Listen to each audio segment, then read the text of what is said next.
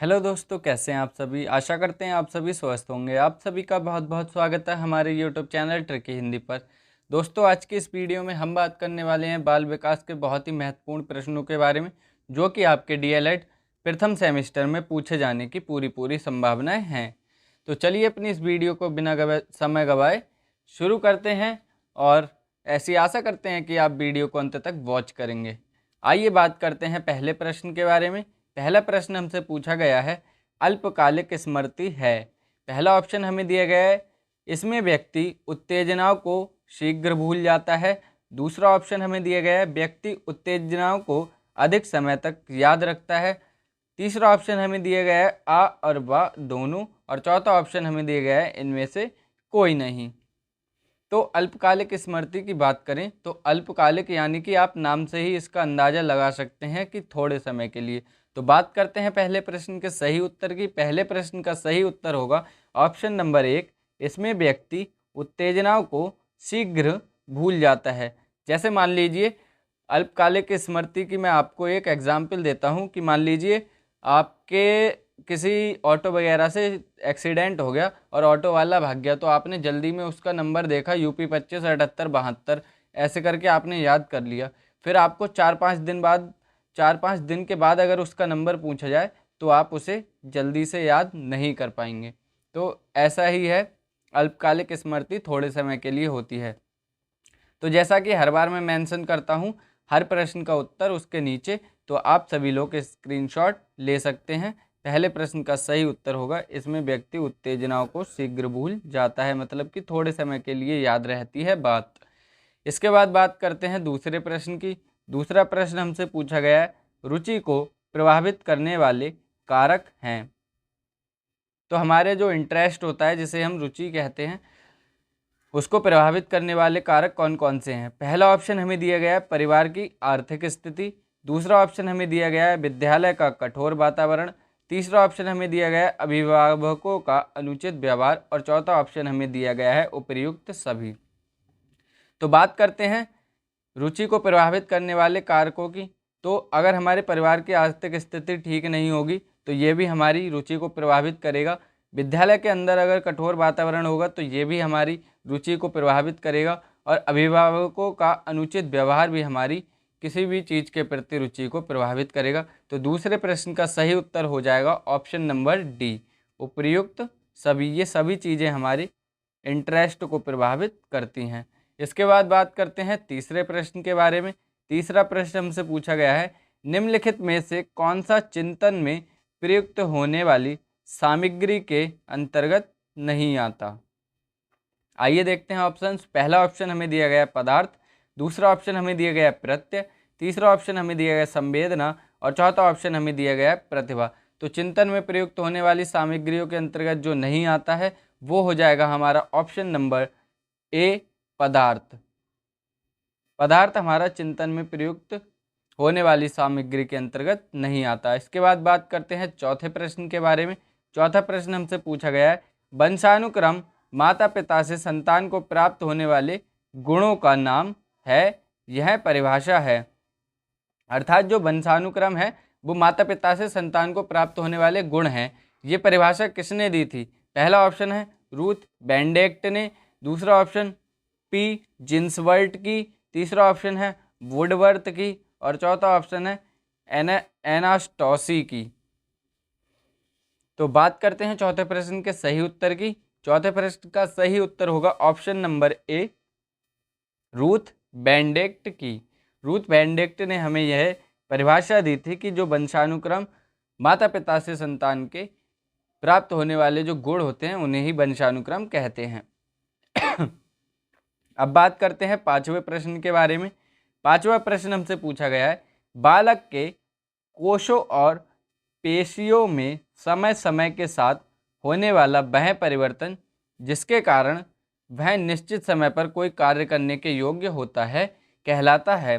हमें बताना है कि ये परिभाषा किस चीज़ की दी हुई है। पहला ऑप्शन है प्रत्यक्षीकरण। दूसरा ऑप्शन है परिपक्वता। तीसरा ऑप्शन है आत्मसातन, और चौथा ऑप्शन है समंजन। तो बालक के पेशियों और कोशों में समय समय पर परिवर्तन होता है जिससे वो निश्चित समय पर कार्य करने में योग्य हो जाता है। तो पांचवें प्रश्न का सही उत्तर होगा, ये परिभाषा हमारी मैच्योरिटी यानी कि परिपक्वता की दी गई है। समय समय पर परिवर्तन होते रहते हैं जिससे आप कार्य करने के योग्य हो जाते हैं। इसके बाद बात करते हैं छठे प्रश्न के बारे में। छठा प्रश्न हमसे पूछा गया है, माता पिता तथा अन्य पूर्वजों से बालक को जो आनुवांशिक गुण प्राप्त होते हैं उनके वाहक हैं। अर्थात जो अन्य पूर्वज और माता पिता से बालक को आनुवांशिक गुण मिलते हैं वो किसके द्वारा बालक तक पहुंचाए जाते हैं, कहने का तात्पर्य है। पहला ऑप्शन हमें दिया गया है डीएनए, दूसरा ऑप्शन पीजीएन, तीसरा ऑप्शन आरएनए और चौथा ऑप्शन है जीन्स। बात करते हैं छठे प्रश्न के सही उत्तर की, तो छठे प्रश्न का सही उत्तर हो जाएगा option number D, genes. Genes के द्वारा ही माता पिता और अन्य पूर्वजों के आनुवांशिक गुण बच्चों तक पहुंचते हैं। इसके बाद बात करते हैं सातवें प्रश्न के बारे में। सामान्य स्तर के बालक की बुद्धि लब्धि होती है। तो इस प्रश्न को आप स्टार बना लीजिए। बुद्धि लब्धि से आपको एक क्वेश्चन पेपर में देखने को मिल सकता है। आइए देखते हैं ऑप्शन। पहला ऑप्शन है 80 से 85, दूसरा ऑप्शन है 70 से 80, तीसरा ऑप्शन है 90 से 109 और चौथा ऑप्शन हमें दिया गया है 100 से 115। तो बात करते हैं सामान्य स्तर के बालक की बुद्धि लब्धि कितनी होती है। तो सामान्य स्तर के बालक की बुद्धि लब्धि होती है 90 से 109। सातवें प्रश्न का सही उत्तर होगा ऑप्शन नंबर सी, 90 से 109। इसके बाद बात करते हैं आठवें प्रश्न के बारे में। आठवां प्रश्न हमसे पूछा गया, व्यक्तित्व परीक्षण के लिए प्रयुक्त होने वाले टीएटी परीक्षण का निर्माण किसने किया था। पहला ऑप्शन हमें दिया गया है एडवर्ड्स, दूसरा ऑप्शन मरे एवं मॉर्गन, तीसरा ऑप्शन हमें दिया गया है स्टैनले हॉल और चौथा ऑप्शन हमें दिया गया है सी कार्ड एवं बैकमैन। तो जो व्यक्तित्व पर्सनालिटी टेस्ट होते हैं उनके परीक्षण में बहुत प्रकार के टेस्ट किए जाते हैं। तो जो हमारा टीएटी होता है उसका निर्माण किसने किया था। तो बात करते हैं आठवें प्रश्न के सही उत्तर की। तो आठवें प्रश्न का सही उत्तर होगा ऑप्शन नंबर बी, मरे एवं मॉर्गन। इन्होंने ही पर्सनालिटी टेस्ट का टीएटी टेस्ट खोजा था। इसके बाद बात करते हैं नवे प्रश्न के बारे में। नवा प्रश्न है, बालक के केंद्रक यानी कि न्यूक्लियस में सामान्यतः कितने गुणसूत्र होते हैं। पहला ऑप्शन हमें दिया गया है 46, दूसरा ऑप्शन हमें दिया गया है 42, तीसरा ऑप्शन हमें दिया गया है 52 और चौथा ऑप्शन हमें दिया गया है 50। तो बात करते हैं बालक के केंद्रक में कितने गुणसूत्र होते हैं। तो इस प्रश्न का सही उत्तर होगा ऑप्शन नंबर ए, 46। बालक के केंद्रक में 46 गुणसूत्र पाए जाते हैं। और कभी कभी ये ऑप्शन में ऐसे न दे करके दे देता है जोड़ी के हिसाब में। तो 23 जोड़ी हमारे गुणसूत्र पाए जाते हैं। इस बात का भी आपको विशेष तौर पे ध्यान रखना है कि 23 जोड़ी या फिर 46।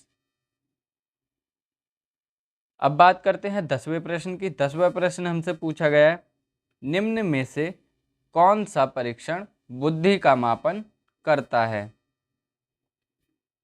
तो जो हमारा बुद्धि का मापन करता है वो वाला टेस्ट हमसे पूछा गया है। पहला ऑप्शन हमें दिया गया है CAT, दूसरा ऑप्शन MAT, तीसरा ऑप्शन TAT और चौथा ऑप्शन है भाटिया बैटरी।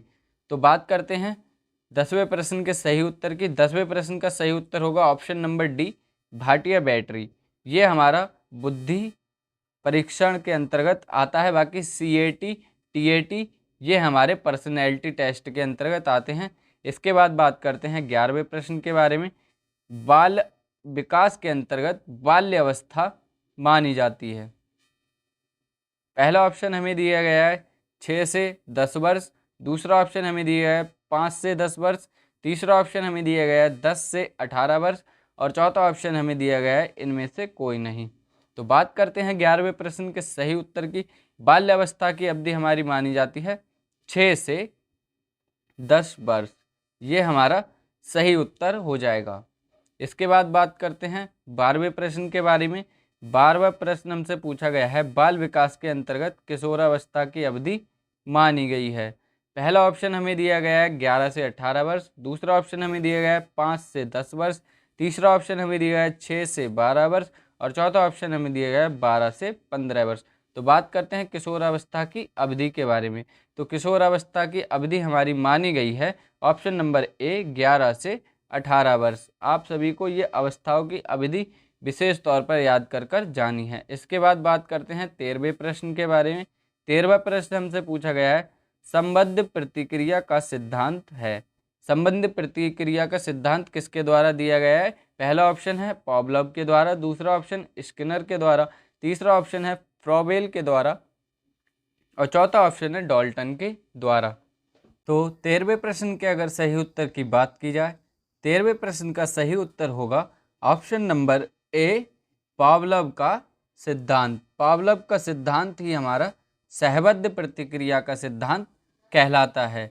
इसके बाद बात करते हैं 14वें प्रश्न के बारे में। चिंपैंजी पर आधारित सूझ का सिद्धांत को जानते हैं।